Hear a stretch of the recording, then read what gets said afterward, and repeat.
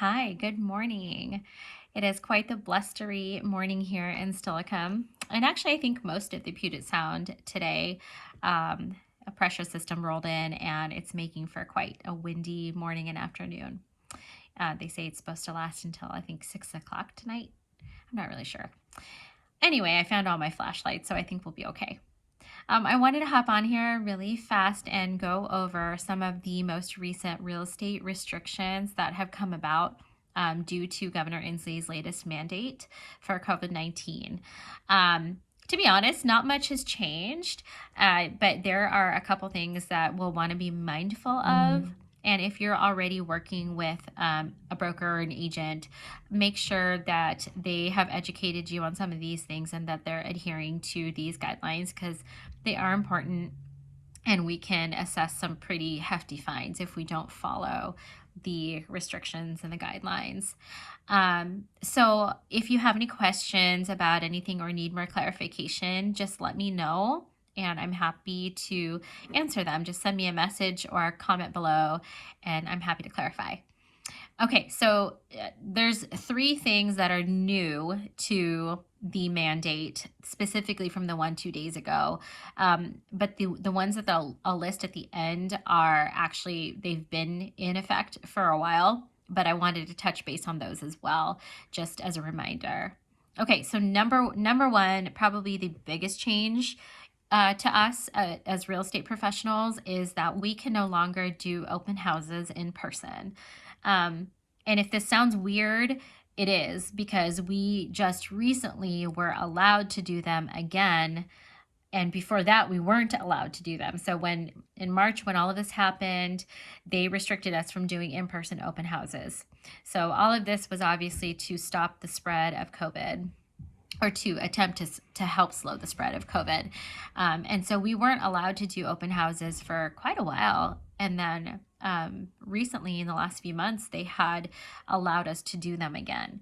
So personally, it hasn't changed my life much because I haven't been doing them as much. I've actually represented more buyers than anything. And so my listings were earlier in the year when we could not do them.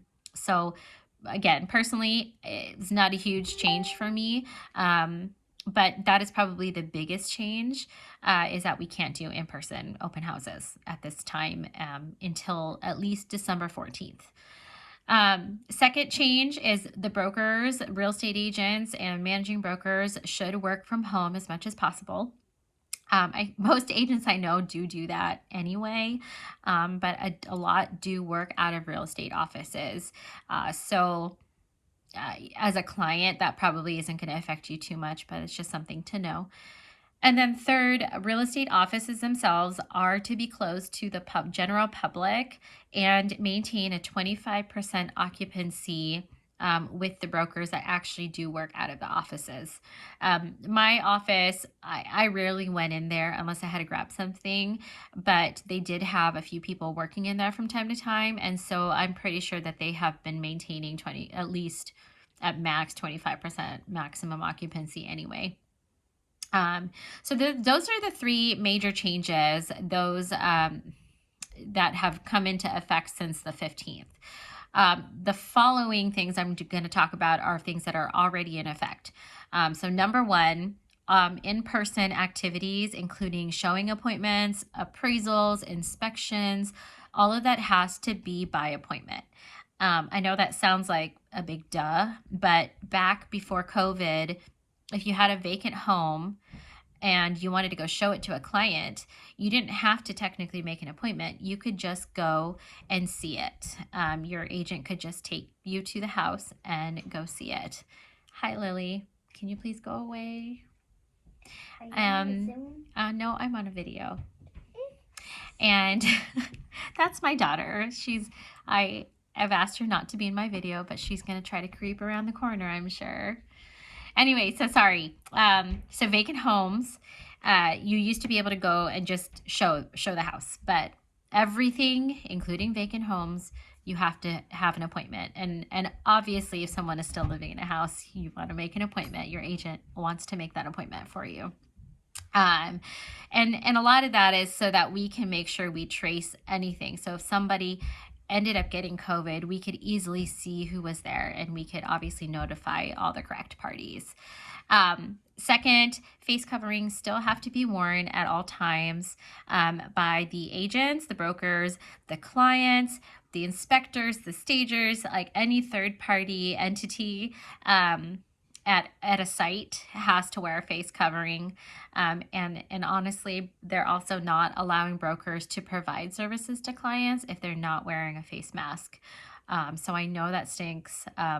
If you have a medical reason, obviously we're happy to discuss that, but those are the rules at this time.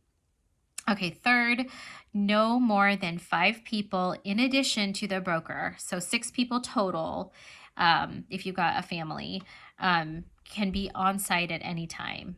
So again, that's 5 people in addition to the broker at any time on site. So this would also include like your inspectors, your appraisers, your stagers, all of those pieces of the puzzle. And then last but not least, everybody does have to follow proper social distancing and stay 6 feet apart at all times as much as possible when you're on site. And that's pretty much it. Nothing else crazy. If you have any questions, please comment below or send me a message and I'm happy to help out. Enjoy the blustery day and have a good one. Talk to you guys later. Bye.